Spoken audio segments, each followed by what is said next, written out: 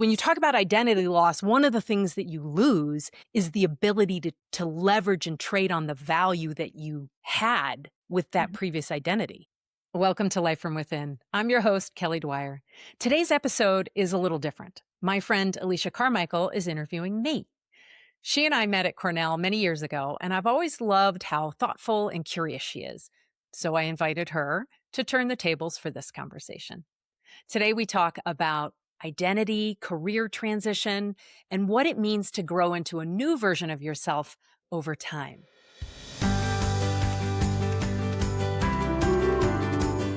I've been listening to your podcast. There are so many little nuggets that have stuck with me, words of wisdom from leaders that I respect. And I was thinking, wouldn't it be great to hear those words of wisdom directly from Kelly? So what we're doing today is flipping the script, and I'll be asking you the questions so that we get to hear about some of your life experiences and what you've gained from the many, many incredible people that you've been coaching and working with over your career. One of the questions that we've had on our mind ourselves and in our kind of wider friend group is this idea of identity and how that can be challenged during career transitions. I'm wondering if you could just give us kind of a higher level idea of the idea of an identity shift linked to a career transition. I love talking about identity because it does play such a big role in our careers and in the development of our careers. And it shows up in a few different key places. One is in a career pivot. So when you're doing a career pivot, you're leaving one profession. A long time ago, I did a lot of career transition coaching for people who were becoming software developers, UX designers, data scientists. And they came from all different types of careers prior to. That's a huge shift and transition. And then they can be more subtle. So someone who has been a star performer and has moved up the ranks and has now been elevated into an executive role. And that person is now an organizational leader. They're now an executive. And if they don't spend time thinking through what that actually means and what's their version, their identity as an executive, then they'll run into some challenges. Thank you, Kelly. That's a great answer. I know you coach other people about transitions, career transitions, identity, but you must have lived through this yourself. I know you've had a really long, varied journey with a lot of different professional adventures. When is the first time that you remember feeling this strong pull towards understanding your identity as a professional? Well, I was kind of blindsided by it. I don't think I'd ever thought about identity. And this was really early in my career. Right out of undergrad, I worked for a couple of startup companies. And the first startup company was like a rocket to the moon. And I was early in, and then it got acquired. I got to do lots of cool things. And then there were 4 original founders of that company, and 2 of them went on and started another company. So I went and joined them. But again, I was in a startup. And at some point in that journey with the second company, I started having like a quarter life crisis. And the result of that quarter life crisis was me saying, I'm leaving. I'm going to move to LA and become an actor. And so I left, and I went from feeling like I was part of something that was really cool and had all this momentum and it was exciting to talk about, to having no answer to the question of what do you do? Because I wasn't an actor yet. I didn't feel like I was an actor yet. So I couldn't say, well, I'm an actor. So I experienced identity loss, and it really took me by surprise. It was a lonely feeling. It was very destabilizing. It was uncomfortable. And it lasted a long time. In the startup world, something was missing. Something wasn't quite satisfying you, but you had the piece of identity.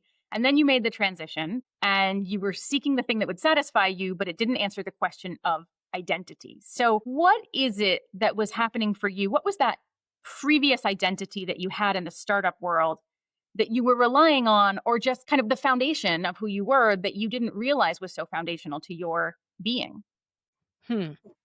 That's a tough question. Well, I'll answer it this way. I am someone who finds it critical to be engaged in work that feels meaningful.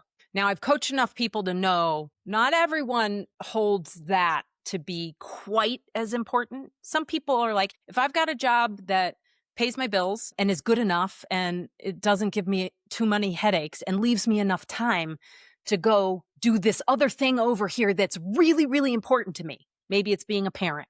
Maybe it's this other hobby or side thing that's never going to become a career, or they don't want it to become a career, but they want lots of time to invest into it, right? So, but for me, work is meaningful. Like if I'm going to be spending 40 plus hours a week, 50 plus hours a week doing something, I want to really feel a lot of purpose and meaning in it. And so what was meaningful in the startup became less meaningful. The second startup, we were going through a lot of turmoil around product market fit. That phrase didn't even exist at the time. So I didn't really know what was happening. I just knew I was the first salesperson, and the sales leaders just kept rotating through. Oh, here's a new one. Here's a new one. Here's a new one. And then they would leave dejected because they hadn't cracked the revenue nut. And so there were some things that went on, and I just was like, what am I doing? What am I doing with my life? I was in a quarter life crisis, I think. I was right around that time. I thought, I've done everything I was supposed to do. I went to college, I got good grades, I got out, I got a job, I'm paying my bills. But I had this like little dream about acting in the back. First of all, let me say how impressive it is that you took that leap. What I'd like to know next is when it came to making that leap, is it something that was a slow decision over time, or was there a moment where it became quite clear to you? What did that transition out look like for you? Oh yeah. No, it was a moment that became clear. I was very present to my dissatisfaction with the status quo. I was doing a lot of journaling, and I just knew something wasn't working for me. There was a guy who I had met, and I referred him into the company, and he became the head of partnerships, and then he moved out to Colorado from Boston. I was in Boston at the time, and he had moved out to Colorado for the role, and I wanted to work with him. So I told my boss, the sales leader at the time, I want to move into partnerships. I want to go work with this guy. Now, remember, I was like technically the first employee. So I'd been around for as long as the company had existed. And I didn't see any problem with that move. But he said something to me like, well, if I let you do that, how will that look to everyone else? I was like, what? What? Really? Are you serious right now? And I have empathy for him now, looking back on it, because he was trying to make it work, and he probably just didn't want to lose a member of the team, and he just didn't know what to say in that moment. But that was the moment where I was like, I'm done. I'm done. I'm not dealing with this baloney anymore, because that's baloney. That's a bad answer. There was a lot of like lead up to the decision in terms of being present to the dissatisfaction of the status quo, but the decision happened in the moment. You have to be present to the dissatisfaction. You have to be present to how it doesn't align with who you are now, who you want to be, your values now, right? Because our values can shift over the course of our lifetime. And what was a fit might not no longer be a fit, because you have to get to that point where you make the decision. Otherwise, you're just stuck. So the decision happened quickly, then the move. You're out in LA, you're looking for work as an actor. And before you got any work as an actor, there must have been that period of time where you're thinking, what do I say I am? Right? Did you find yourself explaining yourself? I think, there were times where when someone asked me what I would do, I would lead with what I had done. And I will tell you, I got to LA and I got a job with a nonprofit doing operations and bookkeeping. I got myself into a 2-year acting technique class. I didn't even start auditioning for about a year. And so in that whole year, it was what? I'm working for this nonprofit as an operations person. I'm studying to be an actor. I started auditioning, got an agent. A friend of mine referred me in. It was a commercial agent. Even then, even as I was auditioning, and I was in my second year of this acting technique class, and it was a pretty intense class. I mean, we had class twice a week, and you had rehearsals, and it was a big investment of time. Yeah. Even then, it was, well, I'm trying to be an actor. There was just no confidence in the energy behind me saying I'm an actor. So you were waiting for some kind of legitimacy. You were waiting for some external thing or something internal, something needed to click for you to be able to claim that identity at that time. Yeah, I think, looking back on let's say the startup, there are all these external validators that you have. Oh, I got a promotion. I'm with this company that's being successful. Oh, it got acquired. These entrepreneurs are in the paper. All this like external validation that what I was a part of was meaningful. And then you move into this space where I'm independent and I'm trying to do something where a minuscule percentage of people are actually successful at it, being a paid working actor, right? And I didn't have any of that external validation yet. And I think over time, I started to get bits and pieces of the external validation, and that scaffolded the inner confidence. It scaffolded the identity of me as an actor. So every time I tried out the answer to that question, I'm an actor, it felt more solid. Do you remember a time when you actually said you introduced yourself as an actor and it felt authentic to you? I don't remember a specific time, but I remember the feeling. It was just this quiet, I'm an actor. I didn't need to say anything after that. It was just, I'm an actor, period. And was that the effect of that scaffolding that you talk about over time, or was there something else that happened to make that authenticity click for you? I think it was the scaffolding over time. And and there were the external validators, right?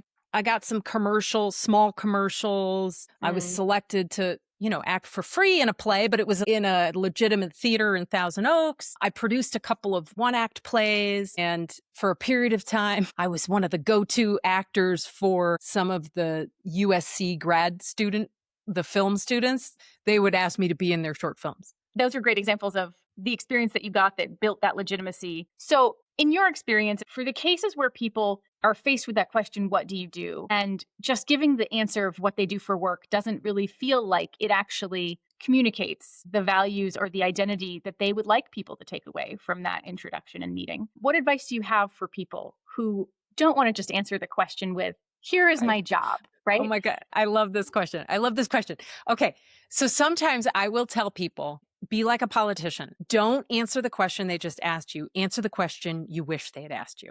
If you're excited about what you're talking about, the other person is going to be interested. And so you want to choose to talk about what's exciting to you about the transition you're in. It could be, I am transitioning into being an actor and I'm in this class. And, next week we have this one-act play and I'm rehearsing for it. And I'm really nervous, but I really love my scene partner. So you move the conversation to something that is exciting or enjoyable for you to talk about. That's what I would say. That's great. And I like that what you said about that is not what do I do, but what is something I'm doing that's exciting. It could also be about, who you're becoming, right? Talking about who you're becoming. That's another question I'll ask clients a lot. Well, who do you want to be in this situation when we're preparing for a difficult conversation? I work with a lot of clients that are in complex environments. They have lots of stakeholder groups that they're navigating between and trying to balance. And it's easy to lose yourself amidst complexity. And so having someone prompt you to come back to the question of, well, who do I want to be in this situation? Who do I want to show up as? And now, you're a coach, so you've seen this a lot. You've thought a lot about it. I'm thinking of our professor and mentor, Risa Mish from Cornell University, who I just remember her saying this in her critical thinking class. She said, you've seen one, but you've seen many more than one example of how people can successfully shift their identities from one career, one profession to another. Can you give us some examples of either people who have taken that shift or some of the processes that they went through, the tools that they used, how they navigated that? Even though I have multiple examples, every example is a little different. Everyone's context is a little different. And the identity shift can be bigger or smaller, right? The reorganization that's required. So an example of a senior leader who was newer to the executive team and in terms of identity, had to learn and understand how important it was to be someone who had the skill and ability to influence their peers is one example of someone that I've worked with. And that's sort of a subtler but very critical identity reorganization or identity formation piece, because the impact of that was then that leader could be in front of the board and be talking about something. And when the board had follow-up questions that they addressed to that person's peers, the peers would be able to respond in a way that demonstrated that they were all on the same page, that the executive team was coming in as a united front, rather than one person who is very dynamic and very smart and has great ideas and is proposing something. But then when the board wants to dig deeper, the peers, they haven't talked it through. So they don't have good answers for the board's questions. Yes, that makes sense. I think that's a great example of kind of a skills-based approach to shifting identity. Mhm. You mentioned also loss as part of what can happen in identity shift earlier on. And I'm wondering if you have any examples. So, in terms of identity loss, there's a client that I worked with who was a founder of an office that was part of a national firm. And that person was an entrepreneur, really, right? So they were an entrepreneur in starting this office, building this team that was part of a larger national organization. And the client was coming to a period of time where they had to step away from that role because it was the right thing to do. Hmm. And it was just a natural evolution. And there was someone that needed to Mm. step in and take on the mantle of being that office's leader. And so there was a lot of exploration we did prior to that transition about what it means for that person. And I would say that this client actually handled it really well. And it was far less disruptive from an identity perspective than I think either of us thought it was going to be. But that might be because he's such an early planner and we started those conversations so early that he had a lot of time to get used to the idea and to think through what it might mean and to start planning for what comes after. I think the identity loss, so I mentioned before my early experience of identity loss, it happened so fast. I didn't expect it. Like no one had ever identity? What do you mean identity? I didn't know anything about that, right? So it was gone. And then I had no answer to the question. And it's not like I had thought about ahead of time, what's my answer to this question going to be? I was just going to go on this big adventure. So whether you have time to prepare for it and how you approach the preparation for that loss of identity or shift Mhm. in identity matters. It's so interesting at an individual level when you think about that person and that transition, but that they handled it well is such a benefit to the organization that they were with, too. So it's a lesson to us all. If we are in an organization that is growing, that is shifting, that needs people to be moved around in some way, that there's this hidden element behind all that movement of people's identity that is very personal and hard to put your finger on. And I'm sure that the coaching service that you provided in that moment not only helped the individual, but actually was a great help to the company as well. Yeah, that's a good point. The people that I work with are typically pretty seasoned leaders and they have a fair amount of authority within their context. And so anything that they say or do lands with a fair amount of weight. This is something I've experienced recently where people have come back and quoted me about things that I just said off the cuff,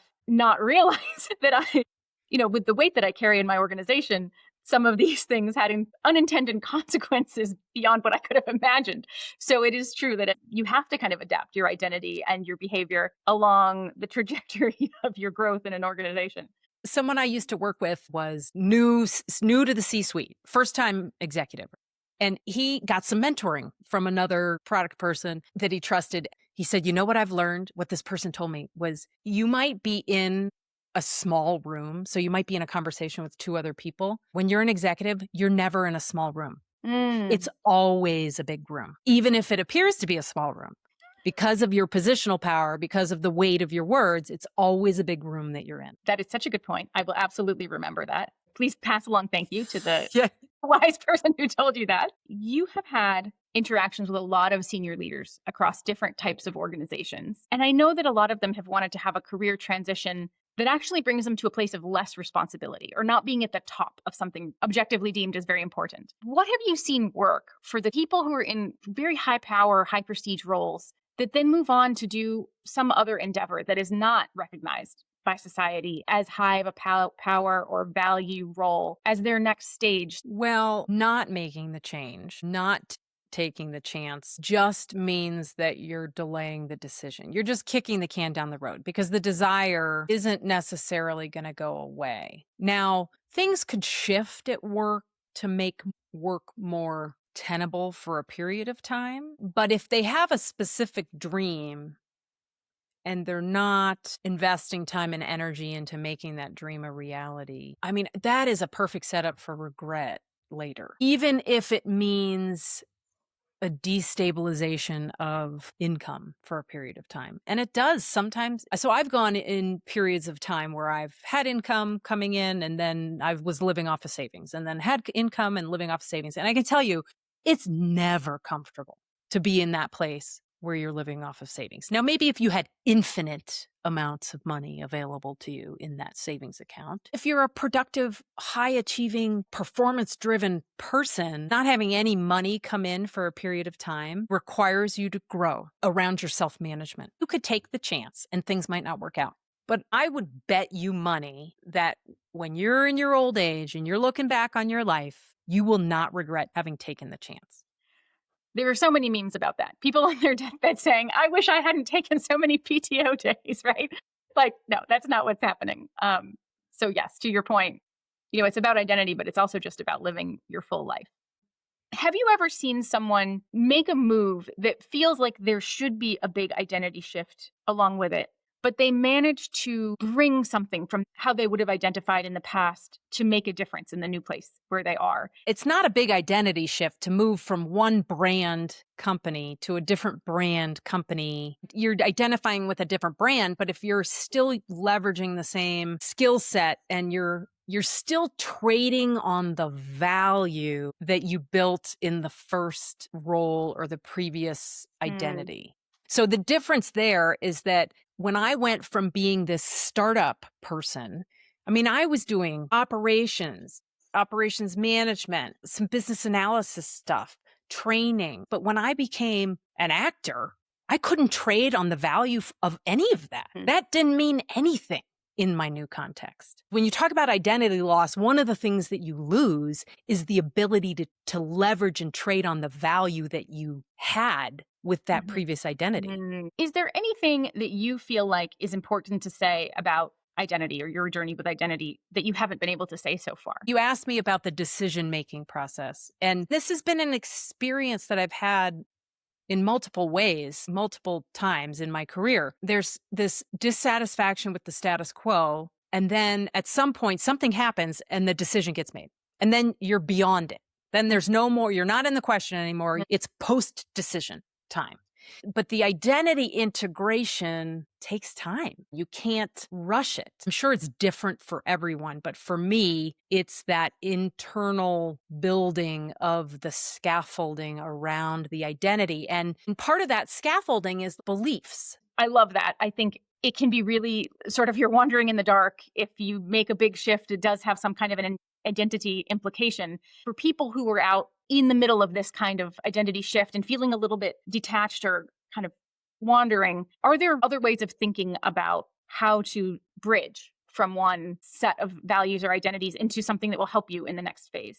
I'm a big believer in paying attention to what's calling you. I'm thinking about my journey with my ability to speak up for myself and share my thoughts, feelings, and perspectives. And it's like these little tiny steps, almost like micro skills and micro shifts in beliefs that had to happen for me to get to a place now where I can finally say, I'm no longer petrified of conflict, like interpersonal conflict. No, I'm not talking about wars here. I'm talking about interpersonal conflict. Am I comfortable saying I'm comfortable with it? I don't know if it's not comfortable, but I'm not scared of it anymore. And I believe that there is value in it. And I believe that there are good outcomes that can come from it. But I didn't believe any of that. I didn't know. There was nothing in my concept that believed that there could be good outcomes from interpersonal conflict. That a relationship could actually be stronger as a result of interpersonal conflict. I didn't even know or believe that I could continue to bring something up multiple times until I was satisfied that the conversation had its due. Before, I thought it was a one and done thing. I mean, think about that. That's so basic. But I didn't know this. But I had to learn that little teeny thing that felt very profound to me and that helped me get to the next little thing that moved me on the journey to becoming a more confident communicator, a person who's more able to speak up for herself. And do you consciously feel the difference in your identity as a person who would avoid conflict versus I'm a person who will stand up for myself? How long do you think that shift took? I mean, it was a conscious growth process, and I'm still working. I think it's going to be for the rest of my life, but years, probably we're 10 years. I'm probably 10 years into it now. Is there any one steady reminder that you would leave people with What would you advise them to do?